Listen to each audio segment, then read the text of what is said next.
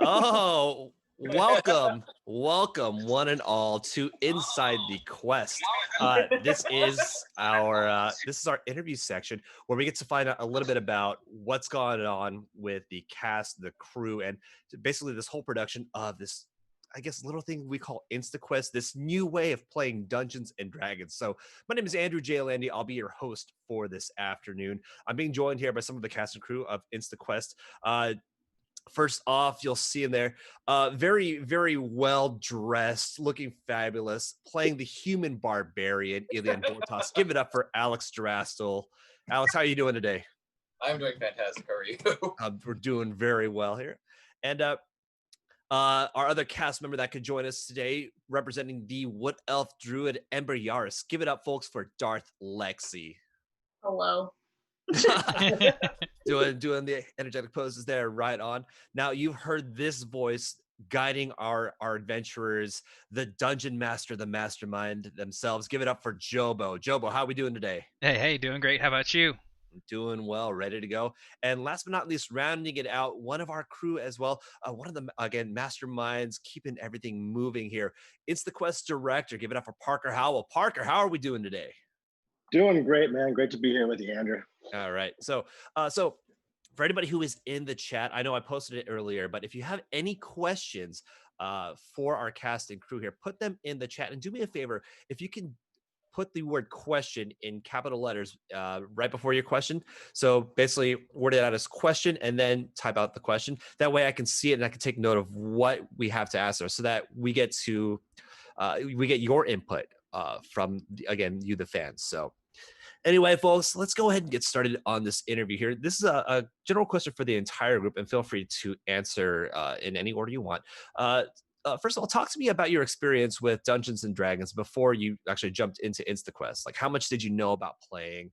And when you first started playing, what were your thoughts about getting into this massive world? So, again, open question for anybody and everybody here. So, I don't know. I've been playing since I've been in like high school. So really, since 3.5, I've been okay. playing. Now we're in 5th edition. We don't talk about 4th edition. No, but I've been playing D&D for a long time. Like it's actually my first time ever playing a barbarian, but been playing D&D for since I was a kid. I freaking love it.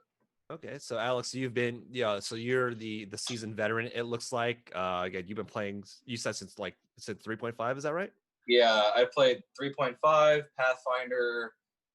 Some of like the varying I played a Star Wars like Dungeons and Dragons, but it was like someone rewrote the like all the rule books so that it incorporated like Star Wars races, weapons. Also, it was really cool. Okay. Was that the Star Wars D21? That was just like the SRD hack, basically. Not the D21. Someone recently rewrote the 5th edition books and created literally like 5th edition Star Wars D&D. Oh wow! It's really cool. All right, y'all. I'm gonna call on Lexi now. Lexi, what was your experience before going into InstaQuest? Your experience with D&D? I played twice in high school, and I thought it was so much fun. I was a wizard. I think I was just a human wizard. And I played twice for like 5 hours each time, and then I did not play again until the last year. And now I have 2 D&D groups. I love it, and it was fun playing an elf because elves have dark vision, which I think is really cool. Loved it every time we played D&D, but I usually play Dragonborns, just because I think they're super funny because they're big. Okay. You get to be a little larger than life if you're a Dragonborn. Is that? Yeah, because if I'm a Dragonborn druid, like I'm naturally strong because I'm a Dragonborn, and then magic because I'm a druid. So it's like, so good. It's like such a fun mix for me. So I do miss my Dragonborn, but I love being an elf because of the dark vision, and there's a lot of cool things that come. Okay, right on. Jobo, your experience with D&D in your life? Well, I've been DMing games for over a decade now. I'm in my group of friends. I kind of became the forever DM, so it's a fun situation to fall into. But I've finally gotten to play a little bit here and there. A few friends of mine I finally like pushed it onto them like, hey, you want to run a game? Here's a module. Let's do Tomb of Annihilation, everybody. Let's run this. Okay. But I originally cut my teeth on fourth edition. That was my first introduction to it. I'm like, wow, this is a cool, interesting miniatures combat game. Um, Yeah. just because the RP was so low in fourth edition, but I had a really good group before that, so it really sparked my love of the game and tabletop RPGs in general. But Mhm. I've played a ton of other systems since then. I've done like Pathfinder 3.5, 5e, like 3 or 4 different Star Wars rule books. There was like a D20 hack. There's the Fantasy Grounds one that like is more recent, more relatively recent, that uses like strange dice with like symbols on them, Mhm. which leads to an interesting kind of like narrative thing because it's not just like binary like win lose outcomes on the dice. Mhm. Okay. Um, and also like Blades in the Dark and like tons of other systems. But yeah, I've Okay. gotten deep Right. into it. Right on. And then Parker, rounding it out, what was your experience with D&D before embarking on this adventure we call InstaQuest? Sure. So I played Magic the Gathering was kind of my go-to game from like 1995 until present. And then about 5 or 6 years ago, actually, Jobo and his brother, who's going by the name Jay Stone, they got me in for Jobo's birthday. They had a big D&D game. They set it up with a bunch of family and friends. And I got to come on as Artemis Cocksmith, the trusty bard, Ah, and so we've been What was basically that last running name again? Artemis Cocksmith. Oh, no, we and did I not. and I brought my ukulele, and I was just hooked and blown away by like the ability for the game to allow people to co-create together. I'd really never experienced anything like it, and I just see it as this force of good to bring people together to interact and create stories together. Mm. And I was blown away with it, and that's really what drew me to it. And then Jobo is really a great person to round it out for me because I want to do all the fun, fancy things, and Jobo brings all the math and the dice and all the, he keeps it real. Mm. So it was a nice pairing there. That's very good. I think that's one of the overarching themes of D&D is you get that real sense of teamwork and people understand what they're best at and it all comes together so well. I mean, even some people in the chat, I think it's Alaricia who's in the chat, which by the way, yes, chat, I have eyes on you. So I do see what you guys are putting in there. They've said that I think a few of us have had Jobo as a DM. So Jobo's influence reaching far beyond. So very good stuff there. Okay. So everybody, again, general question for everybody here. Questions, responses. Talk to me about this first episode, feelings going into the beginning of the campaign, the show, and your experience as you went on and as you played, or in Parker's case, as you directed. Jobo, as the DM, I want to start with you. Feelings going into the beginning of the campaign or the show. Talk to me about that. Going into the start of the show, I was a little bit nervous, but also really excited. Just because this is so different than like a normal D&D game to like DM it. Mhm. There's a lot of more like coordination with other people that has to go on. Like usually when I'm running a game, it's like just me, like sitting there rolling dice, and this is what happens to you guys, and I can like kind of come up with whatever comes off the top of my head. But with InstaQuest, I'm like working with a team, and everybody's kind of like got to be firing on the same cylinders and everything. Mhm. But I think everybody on the cruise like nailed it. Like we managed to get synced up and get everything going and knocked it out of the park. Mhm. Was there a lot of prep time beforehand, especially as the DM, to make sure you were all on the same page? Would that be a fair statement?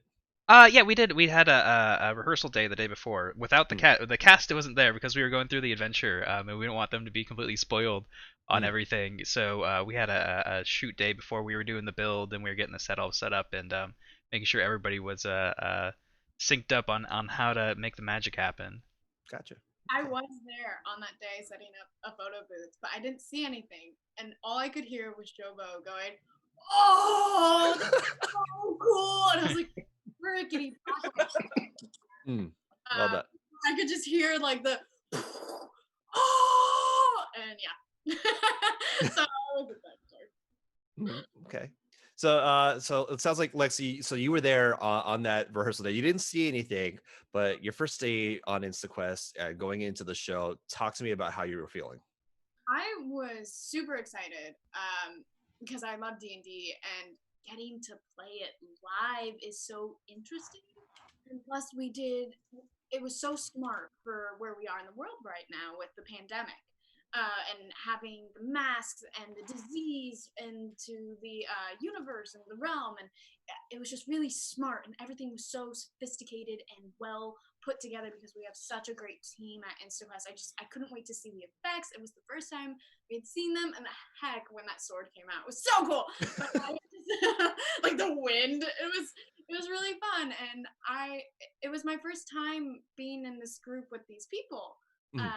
For D&D, and I had met Alex the previous year, but I didn't play with him that time, so it was really, I think the nerves were like, oh, are we gonna have a good group dynamic, like how is this gonna go, who's gonna be our group leader, a little anxious there.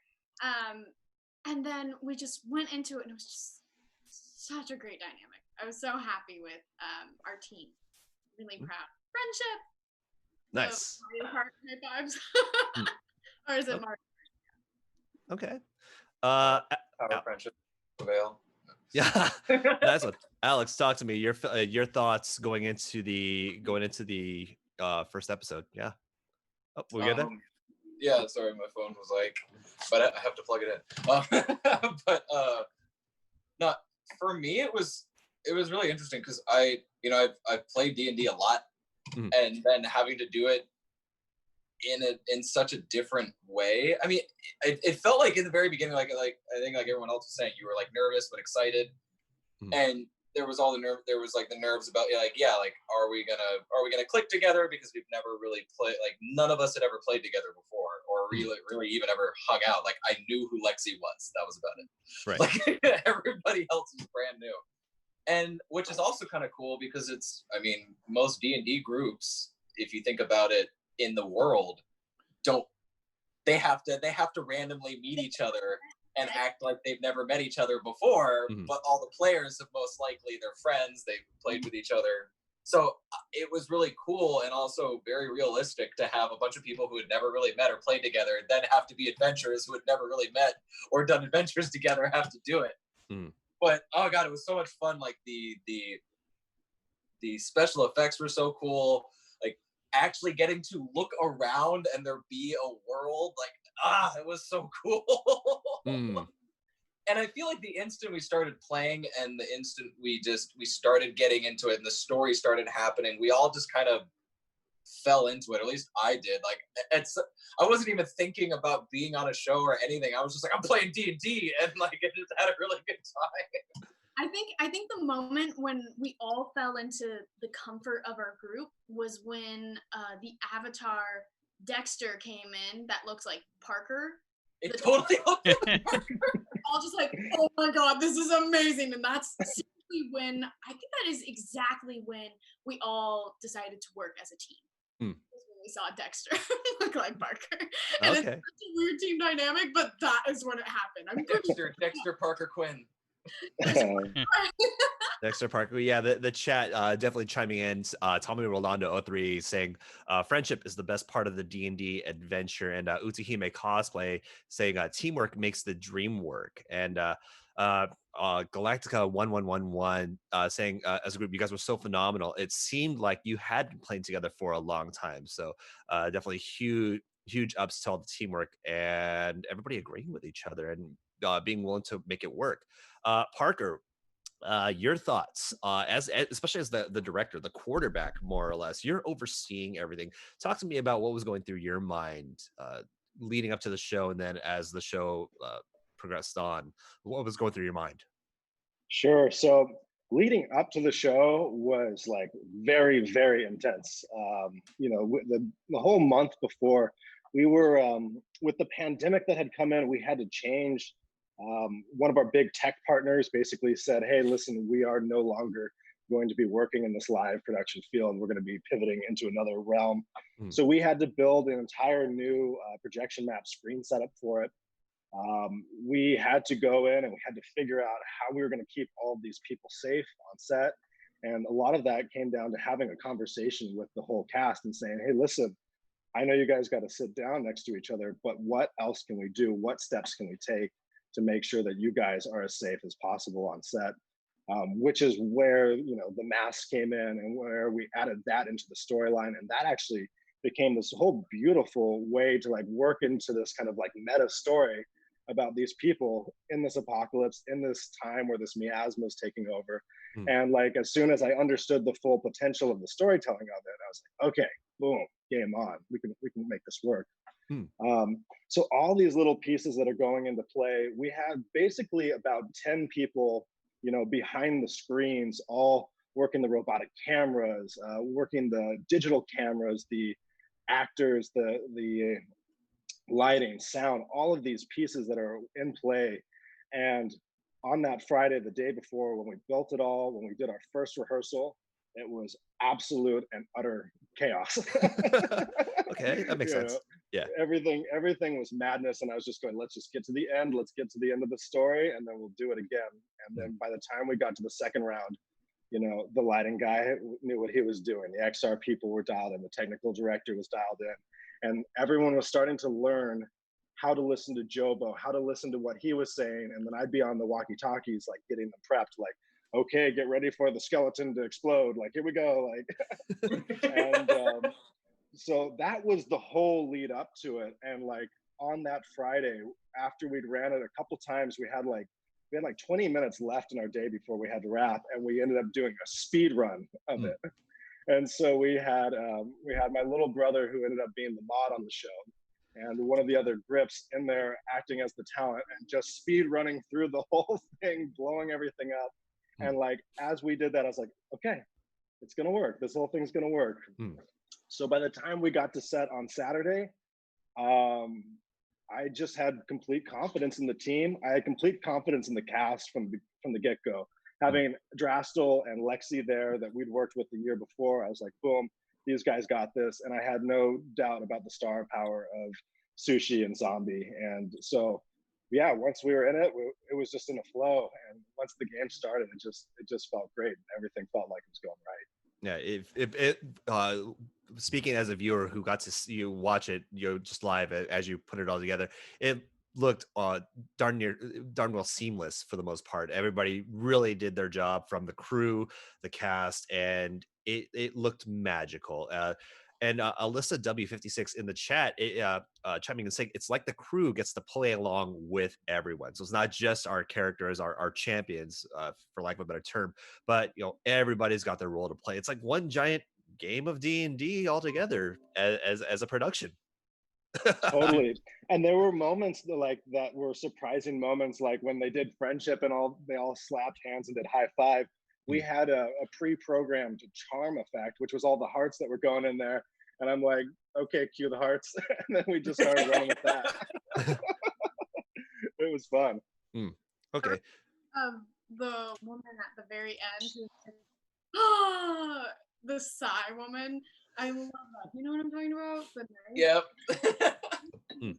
There's just all these little things about InstaQuest that's just so smart, and the technology behind it is, I think, what makes it truly different. And love it. So, sorry, Andrew, cutting you off. Oh, no. You're, like I said, this is all about the cast and crew here. So I'm just helping guide it along here. Just got to take a moment for anybody who has just joined us. You are watching Inside the Quest. This is our in-depth look at what's going on with InstaQuest. You get to find out a little bit about the cast and crew, what goes into producing these amazing shows. So first of all, if you haven't done so, make sure you've hit that follow button, and also make sure you hit the notification button so you know when InstaQuest goes live for future shows, future events, and most of all, just show your support for the fantastic people that are behind this production. Episode 1. Yes.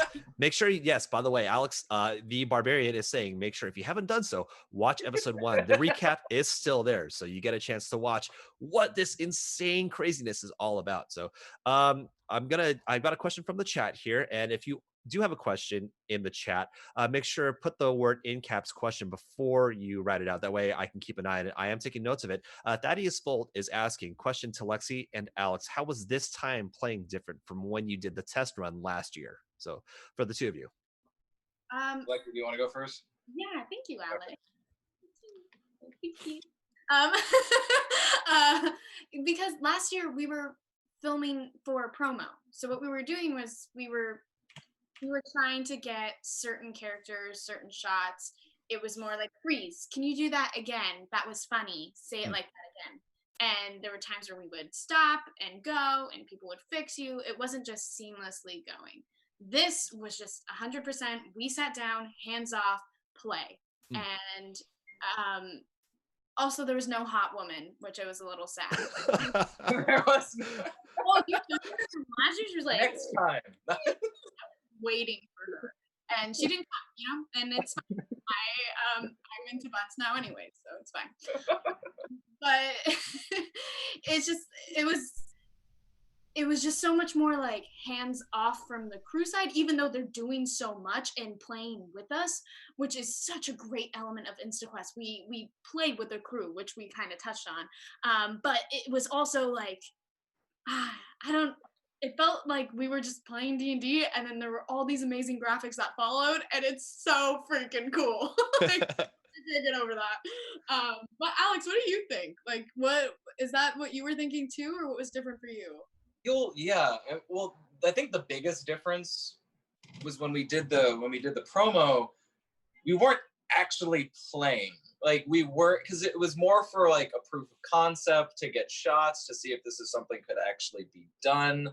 But like, so when we rolled the dice in the promo, we weren't actually playing. Like what we rolled didn't matter. Things. So it was like filming the promo felt like I was on a film set, and it felt like we were running through takes and shots and stuff like that, and it was hard to really get in that immersion of playing D&D. But like you said, when we did this time around, we had literally I think we all walked in there really not knowing what was going to happen because the promo was so different. Right. Like, completely different. I was like waiting for this hot woman to come by. Like you're so obsessed with this.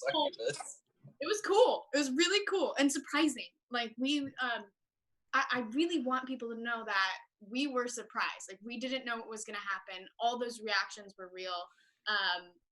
It was like so just a surprise and a treat. Yeah. Like I didn't know what was gonna happen, what we were gonna do, how we were gonna do things. Like people kept asking me like, so how's this all gonna work? And I'm like, I honestly really don't know. I'm gonna show up and we're gonna make it happen. Like that's what's gonna happen. You're gonna want to like it. Okay. Yeah.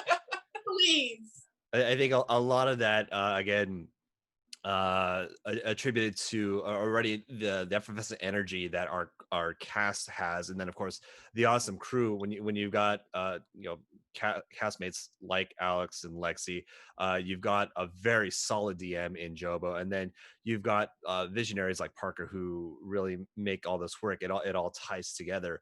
I think Parker, we're hinting that, I think they're hinting though that the hot woman needs to show up more often than not. No, would that be a safe bet for everybody to say?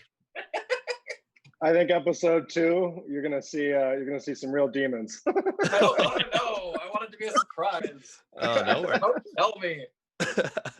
Very good. Okay, now Parker, you did touch on this a couple of questions ago, but and then this question is mainly for Parker, but also it does belong to everybody there. We did see that everyone was in the studio, which was amazing. It did also catch a lot of us off guard, understandably, considering the nature of the world right now. There's always concerns about COVID-19 and social distancing. So, and you touched on a couple of the precautions that were taken to ensure the safety of the cast and crew. Parker, if you wouldn't mind just elaborating a little further, and especially for those who didn't hear it earlier, what were measures that were taken to make sure that while the production was also as magical as it was, that we ensured everyone's safety on set? Sure. I mean, one of the things that we have done is we've gone and put some kind of public bullet points out too, so people can go through them on instaquest.com/safety. We just wanted to make sure that not only were we taking care of our people, but we're communicating to the audience at home that we're doing our best there too. So, first and foremost, it started off with the cast and basically everyone on set having their masks on, as well as certain precautions to do as much social distancing on set as possible with the crew. as well as coming in and making sure that the studio that we rented had this top of the line air filtration system, Mm. checking everyone's temperature as they went in. And basically, everyone who would potentially sit on that stage next to each other, we wanted to make sure that we got a private company concierge service to come out and give them full on tests. And we had paid for the whole thing. And I had to get my test too. And basically, because I was I was the understudy of the dungeon master, which thank God that didn't have to happen. Oh, okay. But we had understudies in case anyone got sick, and they were tested. Our hair and makeup team, wardrobe, they were all tested as well. And at the end of the day, you know, there's no one way to go through life being 100% safe, but we felt like we were really doing a conscious effort to do the absolute best that we could. And I really do think at the end of the day, it was a very safe shoot. I think what the best part was is before we went to set, I think it was 2 maybe 3 weeks before, Parker held a COVID meeting, and he gave this wonderful speech about integrity and how, like, you know, we need to be like, you need to do what you have to do to stay safe so we can all stay safe, and so we can do this amazing project and hopefully do it again.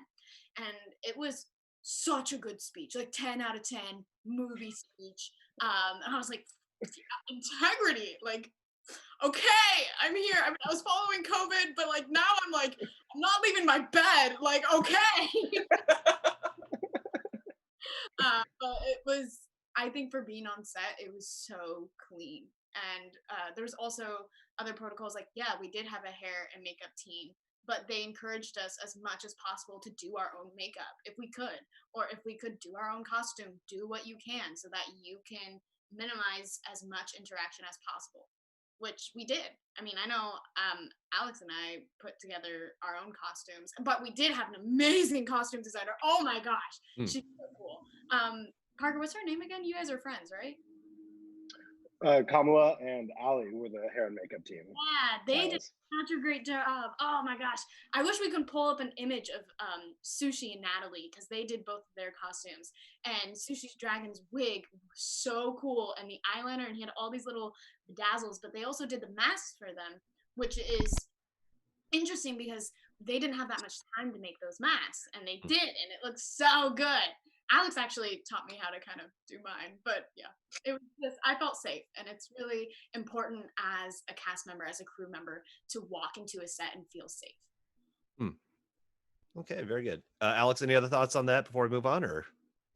I think that was all pretty much covered. Like I just liked the idea that we did take the precautions. Like we did do that because it's not only for our own safety, but in a being an example for other people to be like, hey, we're doing this. And granted, you know, like there's a lot of people out there who think they don't have to or think they shouldn't. And I think by doing what we did, we were also just setting a good example for other productions or other people who are thinking of doing this stuff, and showing that like caring about other people's well-being is also important. It's not all about you, you know? Indeed. I kind of like how he inadvertently made everybody into mass superheroes, Right? with the costume editions. Hopefully when you know, if when the pandemic calms down just a little bit, we'll be able to see the true identities of each of our adventurers there. That's the best part about it. Is like, well, eventually we'll defeat COVID, and then in the game we'll defeat the miasma, and then we'll all get to demask. And, right? You know, it'll be a whole demasking episode. Wow, smiles and happy faces. Okay. Again, so moving on here, this is primarily a question for Alex, Lexi, and even you, Jobo, as well. Talk to me about the designs of your characters. We touched on it briefly. I know Alex and Lexi, you two were primarily the ones handling your character creation as well. But talk to us a little bit about some of the references that you use, some of your inspirations, and also Jobo as the dungeon master. A lot of people don't realize this, but you know, people have different styles of doing of DMing, and I'm also curious on where you find your influence from, and what inspires you as to be the DM that you are. So, take a moment to think of that. Alex and Lexi, talk to us about the design of your characters first. Alex, go forth, prosper. Okay, I Yeah. shall go for it. I shall go for it. For so I was I have a lot of like medieval clothing and stuff like that. Mhm. As this is what I just dress like this all the time. I don't know why people don't. But no, just kidding. But so when they asked when they were like, all right, well, what can you do? Because I was like, I've played D&D for a long time. I have a lot of different outfits. I can put together pretty much what you need for anything you'd like me to be. And so they're like, can you be the barbarian? I was like, all right, I got this. And I didn't. So when it came to actually creating Ilian, I was like, all right, I got to be the barbarian, but I don't want to be the stereotypical, meathead, Mm.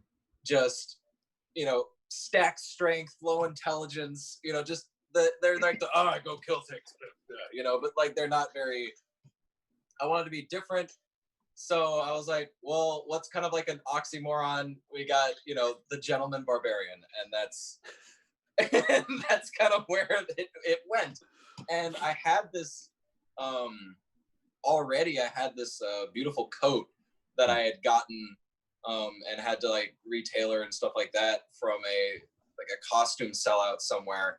And I was like, well, I can cut the sleeves off of it, add fur, beat it up, like retailer it so it becomes more of a vest.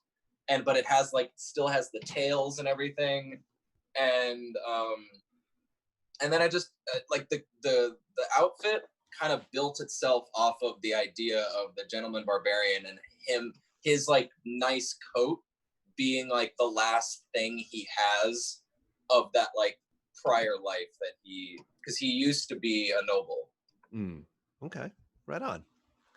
Lexi. I had done the promo shoot and I was a druid then, and I was a rogue. So I did two different kind of looks. And this time I said, hey, like, what would you guys like me to be? I'm up for anything. And they said, oh, we would love to have you be a druid again. We loved your character last time. Like, let's do that. But I wanted to switch it up and kind of combine the two characters if you're a rogue. But, you can't do that. You have to be one or the other. And so I wanted to be a druid, but who had, she wants to be like this really positive force because good energy and like no violence is so bad, but if it disrupts nature, there's that anger, and because druids want to protect nature. I do think, however, when we played, I was like, damn, I should have been a bard because I'm just like, I'm an iPod shuffle, like that little one.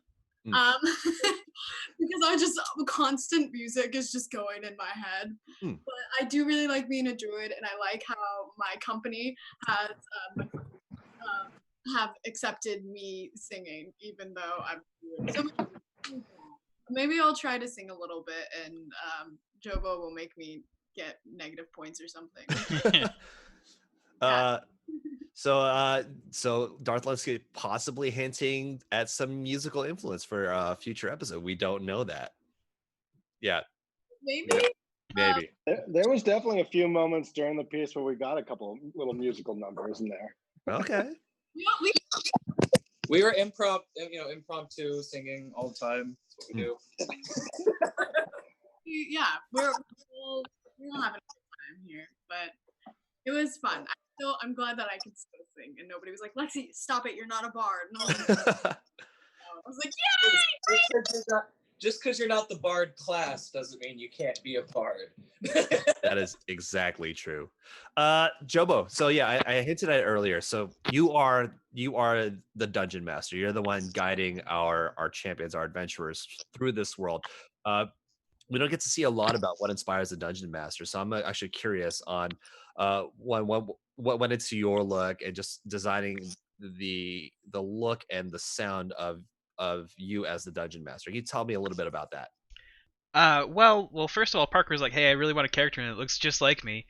So that's how we got Dexter Quinn in there. No, I'm just kidding, I'm making that up. There's a happy coincidence that he wound up in there. But like designing the world and all that was actually a big collaboration between me and Parker on like nailing down the actual visuals, because I can sit there and explain things all day. I can describe a room to you in however many paragraphs, but when we're putting it up onto the screen itself, like that comes down to our engineers and our graphic designers and people going into the 3D modeling and Unreal Engine and like actually putting the the world together there, and that was a treat for me too. Just like, oh hey, here's this.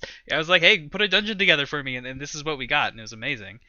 Um, but I take a lot of inspiration and influences from a lot of different like media sources, like comic books and movies and games and TV shows, and DMing for me is you find the little bits and pieces you like of all these different things, and you kind of like mash it all together and blend it up into a world. Like the free cities, I wanted to be as like familiar as possible for people, because that's where we're going to be starting, and that's kind of like where our adventurers are from. And I also wanted to like leave a lot of space open for the players to like add things from their characters' backstories and things like that. So working with the players was kind of like how I went about designing the free cities, and like general like Tolkien fantasy, like what you would kind of see in the Dungeons and Dragons book itself, so more familiar. But for some of the other factions, they're going to be a little bit more out there. We got to see a little bit of the Valley Empire as a little bit of an antagonistic role, but they've taken a lot of inspiration from things like Dishonored, or kind of like steampunk or aetherpunk kind of aesthetic and design. And there's also our next episode is probably going to get a little bit more into the Holy Kingdom, which was like slightly mentioned, but I want that to be a little bit like stranger. That's a little bit more like Australia. My biggest inspiration for that is from Elder Scrolls 3 Morrowind. That's kind of like what's cranking my head about them. Okay.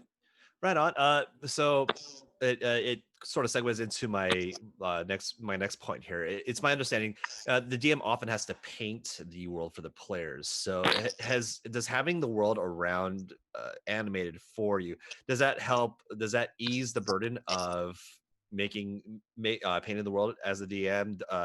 Were there any difficulties with that, or did it seem to flow a little easier for you? I mean, it's different. It's definitely different because usually you have to like, okay, you're in this room. It's this big. There's exits here and there. But like when we're in InstaQuest, you're like, there it is, right Mm, there. You can see it. So the difficulty then becomes like, okay, so what do I need to add? So mm, things I was trying to focus on is like what you hear, what you smell, what your characters kind of picking up in there. Because we mm. have these visual and audio references. I have to like try to fill in the other gaps that aren't quite there. Okay, very good. By the way, I think we had a comment in the chat, Galactica1111, saying, Jobo, I have so many women wanting your beard mask. Is that for sale? We've actually in talks with our costume designer about producing a limited run of those for sale. So keep your eyes glued on to instaquest.com.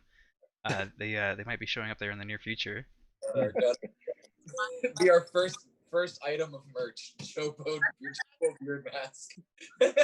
I think we're onto something here. I'm not gonna lie. We actually we do have a shop open already, but it's just these the shirts with the InstaQuest logo on it. Mm. We also have cloth masks, not the fancy ones we had up on screen, but just cloth ones with the logo on it. So Mm. you want to go pick those up, instaquest.com.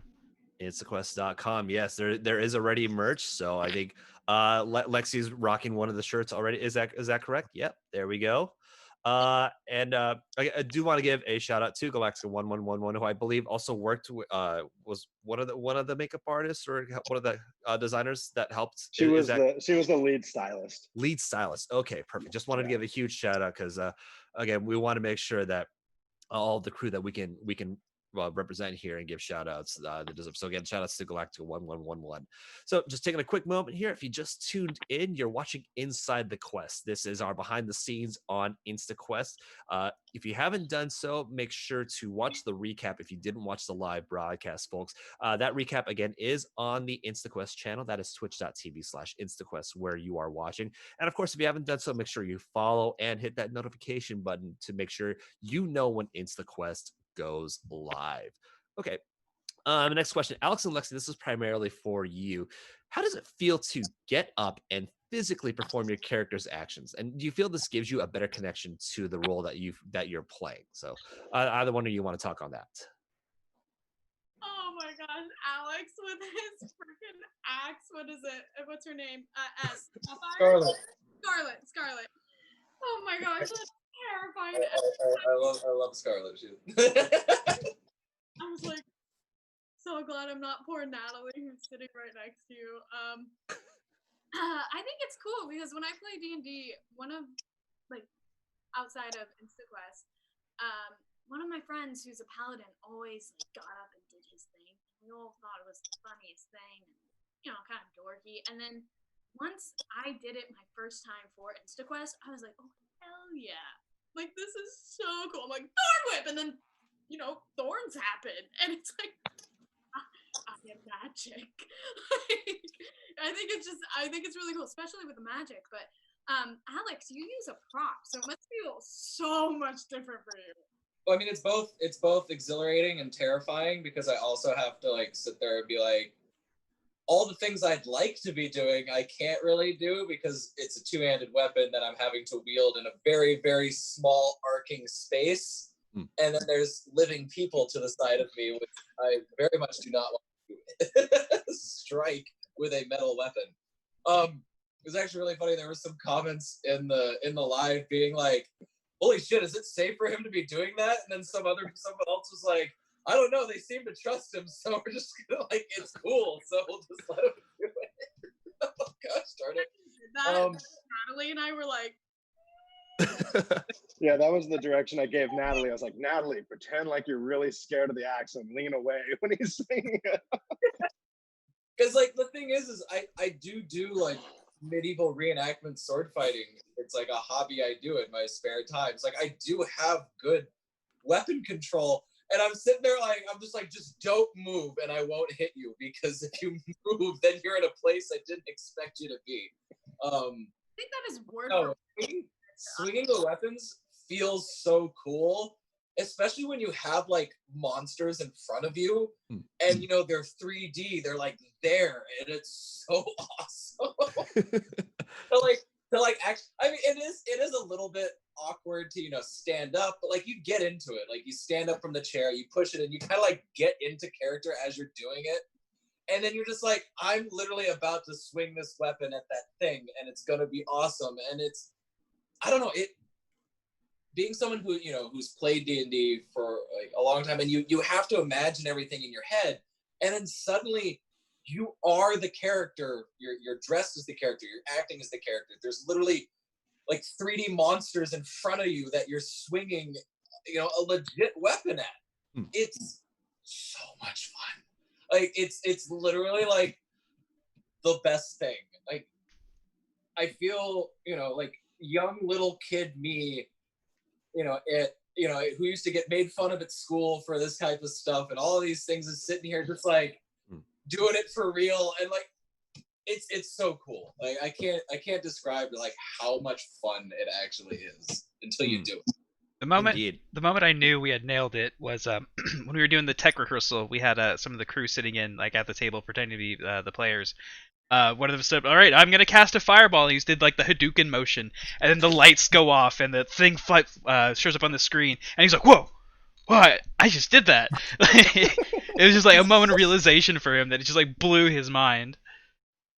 The timing on all the actions were perfect. Like anytime one of us wanted to do something or said we would do something, it was amazing. I think what was sad was like we were like, "Oh, I'm gonna throw my fireball at the evil monster," and it's like, "Okay, roll," and you roll really poorly, and you're just like, "Oh, sorry for who I am as a person." That happened to me like so many times when we played, and I was like, I'm so embarrassed. Oh, It happens. That's me. It does happen, but it really helped. Speaking as one of the viewers, it really helped us get into what everybody was doing, and we could tell just from your reactions here that it really helped you. You really physically, literally embodied your characters, and it was a beautiful sight. And the huge shout outs to Parker for the directions. We didn't even know that the direction you gave for Natalie to bend away from Alex's axe as he swung. So that's really good thoughts there. My guess is that she probably would have done that anyway. But Yeah. I was just like, let's give him as much room as we can. Okay, good stuff.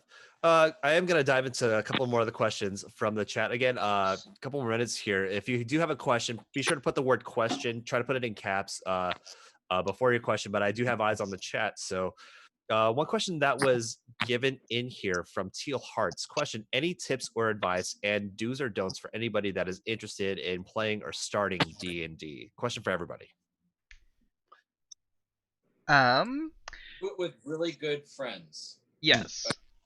because no matter whether you think you're good at the game, no matter because like anytime you start something new, like you're never going to be like great at anything, but having like friends who like you can have fun with no matter what, you're gonna have a great time, because you're all gonna be fumbling through it, figuring out what's happening, and doing silly things with your characters, or like the DM may not, and like, so I think the most important thing is really, if you're starting out, finding a group of friends that you all can just like fumble through it together and have fun with it and just have a good. Honestly, like Alex, like you are such a supporting human, like just as who you are. So when we played, I was like, okay, like no matter what's gonna happen, I'm in a safe space, and like my friends aren't gonna be dicks to me if I miss. They're gonna help me and heal me and remind me. Just don't play with evil characters then. Right. Well, that's true. Yeah. No. Chaotic evil. No, I love those characters. But it's just, yeah, I think like having fun, really getting into your character, and having a good DM. I think the DM is so important. It is like if you have somebody who's really invested and wants to create a world for you to explore and loves what they're doing, then you're gonna have a lot of fun. Plus, like Jobo does the best voices. I love whenever you're a woman. I've got a little experience. It's kind of difficult to like do a cross gender kind of voice, but you don't want to just like do a falsetto for everything, so you gotta switch it up a little bit. But the biggest piece of advice I'd give for just starting in D&D is don't be afraid to make a fool of yourself. There's like no right or wrong way to really play D&D. The ultimate goal is to sit around and have fun. So don't if you want to do a Scottish dwarf accent or something, like just dive right into it. Who cares if it's trash or not? Just have fun with it. Don't worry too much if you get the rules wrong. I mean, nobody's going to be coming down and like grilling you about it. Just do what's fun and get into it. Parker, any any other insights you can just share with the people here? My real question for Lexi and Drastel would be, did you guys go back and watch it after the fact, and what was it like going back and watching it? What surprised you, or like, because I know that you only got a very small window into it the first time around. I did watch it back, and it was so cool seeing what you guys got to see, because it was the exact same thing. Like, except for you got to see our backs, and I can't see my back. I don't know about you, but like I can't see the back of my head. But rewatching it was really fun, just seeing how we work together, because in the moment you feel good, or you feel embarrassed, or you feel weird, and you're like, oh, I didn't know I said that. And there's these little things like you couldn't hear every word we're saying, and a lot of the time Sushi Dragon and I, we were like offside talking about certain things. He's like, hey, like, do you think I should roll like this, or like, hey, da da da da? And I'm like, oh yeah, do that. And then it'd be like, I sure plays right now. It's so good. And he just goes, and I'm just sitting there. I was cracking up because of him, because he was just like 2 seconds ago. He's like, oh yeah, it would be good. Yeah, okay. I am Sono Blazemaker. Like, oh my god. I was cracking up at him, and being able to see the chat and how involved the chat was really fun. And I loved that we got to do the polls, and watching the polls happen live. I just felt like, oh, you guys giving us this boss. All right. Hey, the boss leveled us. I mean, it's not always a bad thing. Let's see. Regarding that, actually, you touched on a really good point, Lexi. Question to Parker is: we touched on the idea of the chat and the viewers getting in and helping vote. Is there any plans to do anything beyond that, where there could be possibly more viewer interactivity with our adventurers? Are there any things that you could possibly hint at, or is that something that may be hush hush for a future episode? Don't know. Could you talk to us about that? Sure. Well, first off, as a filmmaker, as a director, like the ability to go back and watch the live chat was like one of the most heartwarming things like I've ever seen. Because like normally I'll make these things, I'll do big visuals for big TV shows, whatever. And then like, you know, I get a call from my parents or my grandma and they're like, hey, good job. And I'm like, okay, that's the feedback I got, you know. But to go back and have all the little moments and see the chat and see the chat rooting for their favorite characters and all the pieces. And then it really blew me away how much people actually liked those polls. And so, yeah, I think moving forward, we're going to push that even more because I really think as much as we can make it an interactive experience, as much as we can allow chat to play the role of the dungeon master, or even give them some characters where they get to kind of make the call on what that character in the game, NPC, villain, or otherwise might be able to do. Like I want to push the limits of it. I'm really excited. I almost think you should do some of the polls like behind our back, like that we don't like as the players. Like, I mean, we're not gonna know the outcome anyway until you tell us. But almost being like typing in the chat and stuff and doing polls about stuff, so like we don't even anticipate it. Like we'll just, and then if we watch it later, we'll be like, oh my god, like that person could have been this or something like that. I think it makes it even more real for us because we have no idea what's gonna happen. But I think that also makes it more fun for the audience as they get to toy with us and we don't even know what's happening. I think that'd be fun. So, folks, you heard it here. Again, you're just tuning in. You're watching Inside the Quest. This is the behind the scenes show where we interview some of the cast and crew of InstaQuest. If you were watching there, or if you haven't watched, you'll see this during your watch of the recap. You were able to vote on things to influence what happened to our adventurers during the game. That's right, you the viewers get to influence what happens. So that viewer interactivity, as Parker the director was hinting at, is something that will be implemented even more in future episodes. So you definitely want to get in on that. Again, make sure you are following InstaQuest. That way you can get in on that viewer interactivity and influence the campaign as strongly as you can. So that's really good stuff. Utsuhime Cosplay chiming in saying, love that the audience could interact and impact the story. So really good. And just as a question, so she's not sure if this was covered, but Parker, you may be able to speak mostly to the same with Jobo. And again, also to anybody else in here, well, what was the inspiration behind InstaQuest? And do you feel it will inspire those who have never tried D&D before to want to play? So your thoughts on that?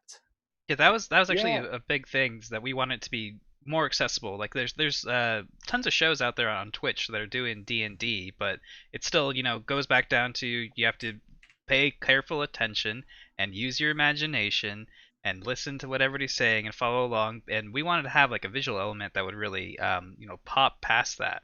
Originally we were looking at using a green screen, but then once Parker got involved, he kind of kicked it up a notch. And you want to talk about that, Parker? Yeah, I mean, exactly what you said.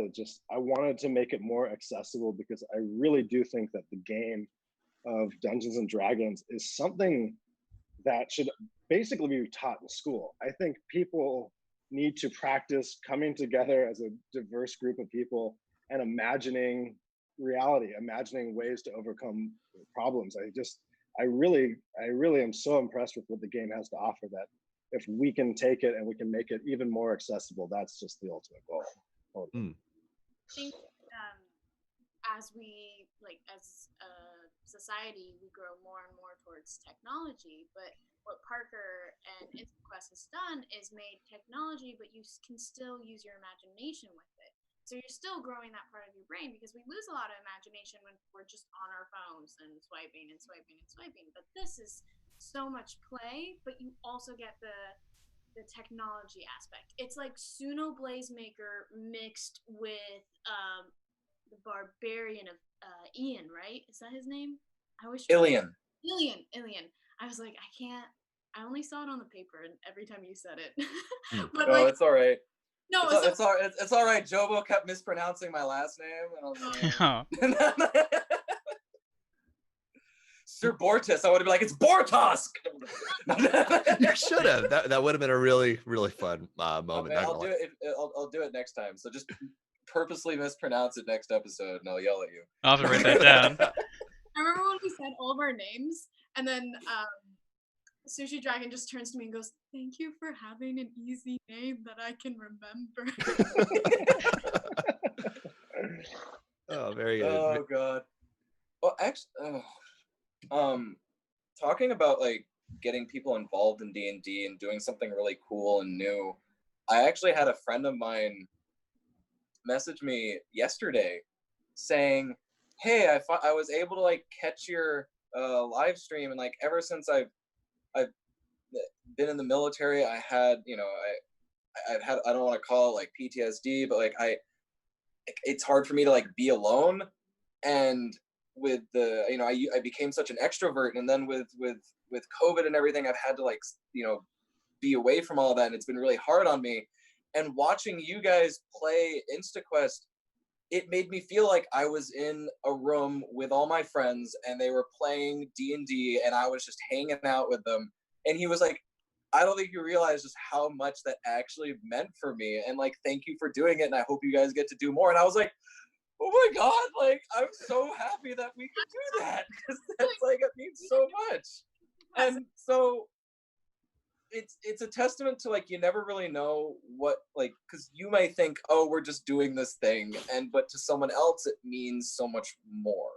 And so to hear that, it made it, not only was I already excited about what we're doing, but I was just like, shoot, if it can have that effect on somebody, I don't want to stop, Hmm. like it made me feel really good. That's good. Lexi, I think you were chiming in a little bit there. You had a couple thoughts as well. Well, I totally agree, because like there's no if we're doing more InstaQuest. We are doing more InstaQuest, right, Parker? This is gonna happen. Yes. Absolutely. Our next Yes. to be so amazing, and I can't freaking wait. Right? We're such a good team. We have to play again, and we are, right? Wait, we're good. It's not a question. It's definitely not a question. Just also agreeing with you. Who's Kenzo Lee in the chat saying group learning, working as a team, cohesiveness, and active listening. Dungeons and Dragons offers a lot, especially for kids, all the way through teens, and I'll even add as adults too. There's always, I think, something to learn from the teamwork and the creativity of Dungeons and Dragons. And you're again, folks, you're seeing it here right now with our cast and crew here of InstaQuest. So many moving parts working together to make magic happen. So definitely definitely a good thing.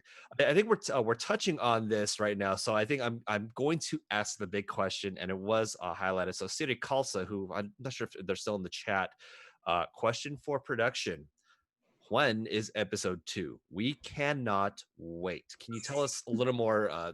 What's coming up next?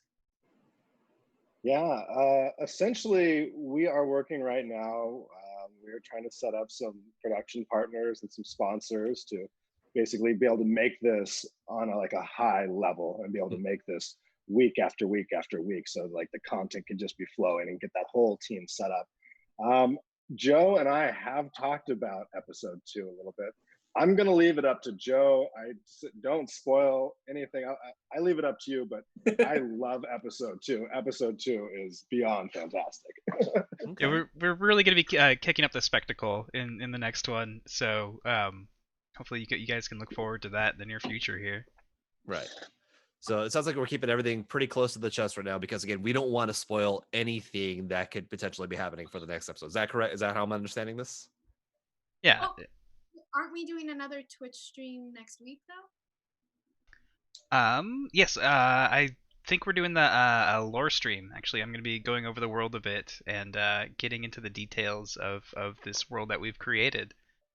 So everybody will have a little bit understanding of the background and the setting that this story takes place in. Yeah, I can imagine that creating each episode, and especially now, it's not just creating all the instances that the players are going to go through. It that's already difficult enough as it is for a DM, but now you've got on the production and all the animations, all the dungeons, and creating everything. So it sounds like definite time is needed, required to make sure that everything is as crisp and proper as it should be. Would that be a fair assessment, Parker? to say? Does take a little bit of time. It definitely takes a little bit of time. We probably won't see an episode until late fall, early Yep. winter this year. Yeah. Okay. So there may be a wait, but that doesn't mean there's not going to be a lot of material that's going to be happening. I think Jobo, you already hinted at it with the stream that's coming up. You're going to dive into the lore of InstaQuest. Is that correct? That's right. We're gonna be doing a little bit of a lore deep dive there. So if you want to learn more about, the world and everything about that, definitely gonna be good to drop by that show there. Should be next weekend. I still need to confirm everything that's going on. Yeah. We have a little bit up on our website right now for about the setting and little blurbs about the characters as well. That's over at instaquest.com if you wanted to get a little sneak peek, little preview before next weekend. Yeah, so instaquest.com for, as Jobo says, the sneak peek for what's going on. I think the chat is calling it the prequel episode. So is that a fair assessment right there? Prequel episode, everyone? It's a little bit more like a Cimmerillion than a Hobbit, I'd say. But Okay. Well played. Well played. A couple of more questions from the chat before we end it off. I saw this one earlier. Teal Hearts has a question specifically for Alex. Will Ilian Bortas ever get used to or tolerate Suno Blazemaker's presence? I don't know. It depends. I mean, it really all depends on him. I mean, if he's gonna keep rubbing it in my face, I'm just gonna have to continue to keep showing him up. So he can claim his technology is so superior, up and down, all around. I don't care. But if he's gonna continue to show me such disrespect, I'm like, I'm a nice guy. Like, shoot, like I saved him. I did all sorts, like the guy, it's all up to him. If he wants to be a little bit more, polite and treat me like, with the respect I feel like my character has earned, at least at this point, then he can garner some bonus points. But he's like we're in the same. I think my view on him currently is like, we have a job to do. You're on my team to get this job done, and I'm gonna do what I'm responsible for to make that happen. So like, I'm gonna make sure you stay alive, but up until like when this mission's done, like, I don't know. Like, he doesn't seem like necessarily someone I might want to do it. He's gonna have to prove himself in some way. Okay. My character is what, because remember, you saved him, and then once you saved him, he was like, oh, kind of like nice to you, and then he gave you 3 silver pieces, and then he was like, okay, now we're even, and just against No, but then he tried to charge me to use, like, it was all like a play. He's like, I'll give you this money because you helped me, like, thank you. Oh, by the way, if you want to use my technology, it's gonna cost you, like, give it back. I'm like, you son of a bitch. Like, Oh god. No. I don't think so. Okay. Well, nobody walks over Ilian Bortas like that. No. I think I don't take that. The correct answer to that question is you'll just have to wait and see when episode 2 comes out. So another question, we're gonna do a couple more before we end it. This question actually is for Jobo, the DM. Jobo, Caden TV is asking, are you going to nerf the barbarian's damage because that dude is a house? So he got a very OP magic weapon at the end of the first episode. Spoilers if you haven't watched it. There definitely are prices for power like that. So you can keep using that crazy cool sword if you want. But I mean, outside of that, also just with that poleaxe, he was doing tons of work. And he rolled for stats, and he rolled amazingly well, which helped him. Like, I don't think you missed at all. Your dice were on fire. But anytime I tried to do something inherently intelligent, I rolled awful. And then anytime I was like, oh, I gotta go hit something, it was like, oh, okay, just the dice just they want me to be the stereotypical barbarian. They don't want me to do cool. They don't want me to be smart. Yeah, the dice pushing you towards the big smashy barbarian. But I mean, this is level 1. Like, barbarians come out of the gate swinging really hard, especially when they've got good stats. They kind of like level off a bit. Like their power curve is pretty spiky at the beginning, before it levels out a bit. While everybody else is kind of a little bit more of a gradual ramp up. Barbarians just kind of hit the ground running. So I wouldn't say I'm going to be nerfing his damage, but it's just kind of like barbarians just start out that strong. Okay. Because when the mages and the casters start getting more powerful spells, they start to do really cool things, and they're like, "So Iliad, what are you doing on your turn?" And I'm like, "Same thing I do every turn." I swing my axe at it. So like, I may do a lot. Like I said, like he says, I may do a lot of damage early, but as the game moves on, casters and other classes start to really shine. Very good.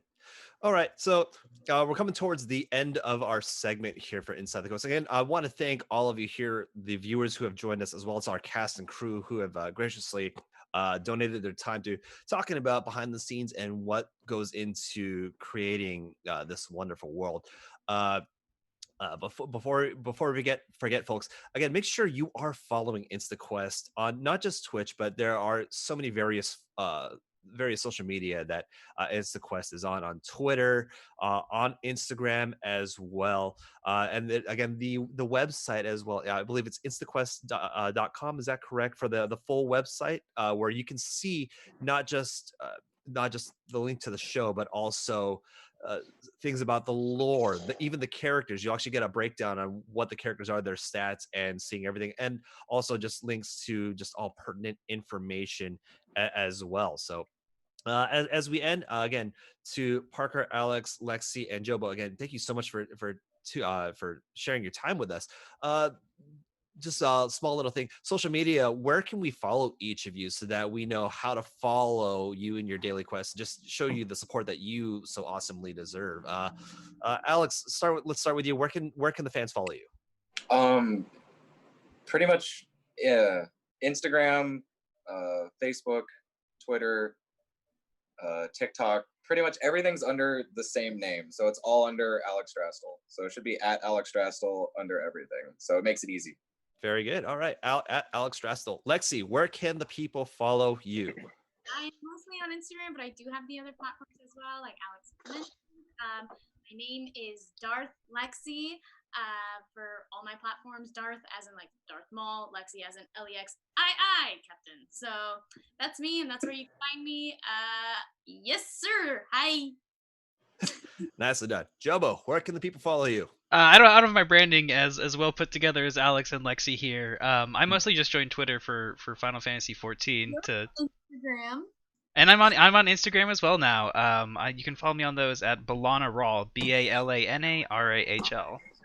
Okay, right on. And Parker, I know you are the director, so you're more behind the scenes, but where can the people follow you to see what you're up to and just keep you up to date? Yeah. Sure, if you want to see XR and Jiu-Jitsu, go follow me at InstaQuest or Instagram. Confucius is my handle. I'll type it in the chat right now. All right. That's such a great name. I know. Not gonna lie, it's very, very witty. It was one of my first XR pieces I did. I did a virtual reality experience called Confucius, where this virtual reality sensei, who's really kind of wacky in the head, tries to help you level up your life, but might end up killing you. Okay. Oh God. Right on. And then, folks, make sure again you're following all of the InstaQuest media on there. So again, we found the website instaquest.com. That's the main hub. You can find all the information there, including the stream videos. You learn about the characters there. There's also a shop as well. I'm actually looking at it right now. They do have InstaQuest t-shirts and a face mask. And who knows, we might get the beard mask as well. Don't quote me on that, but that would be totally awesome if we saw it. Of course, the InstaQuest stream, that's twitch.tv/InstaQuest. Their Instagram, which is instagram.com/InstaQuestTV, and Twitter as well. I'm on the Twitter right now at Quest Insta. So lots of material to follow here for InstaQuest. Again, the second episode coming up soon with a lore episode in the middle, so you get to learn more about InstaQuest, this world, and everything that goes on into it. So, Alex, Lexi, Jobo, Parker, thank you so much for the interview. For the viewers, thank you for joining in with us. Make sure, again, you are following because there's so much more content that is going to happen. Do not change. Stay tuned and make sure you are supporting these wonderful artists. And last but not least, one last question before we forget. We understand there we've seen 4 of the adventurers there. Can anybody tell me before I forget, are there any more adventurers that could be joining the crew in the future? Well, we are a guild, so Yeah, I think there's gonna be more adventurers, Parker. I'd like to say yes. Yeah, I think the format of the show definitely allows for us to bring in new players and keep building. And yeah, you go back to the Adventurers Guild and you might pick up another player. Who knows? Somebody Okay. might have to, go on vacation to save a dragon, and so we'll pick up a paladin or a rogue. Anything's definitely Or both. possible. That's all I can say right now. Yep. All right. Jobo says it best. Anything is possible. Folks, my name is Andrew J. Alandi. I've been your host for Inside the Quest. Again, make sure you are following InstaQuest on all platforms. And most importantly, the Twitch platform, twitch.tv/InstaQuest. Again, make sure that follow button's hit. Make sure that notification button is hit. Make sure to check out the website, instaquest.com. We will see you all next time. Make sure you've got that notification button on so you know when we're live next. Other than that, this has been InstaQuest, Inside the Quest. Take care and have a wonderful rest of your afternoon, evening, night, no matter where you are. We love you all. Stay safe. Be well. Take care. Catch See you later, next time. guys. Thanks so much, guys. Thanks, Randy. Great job.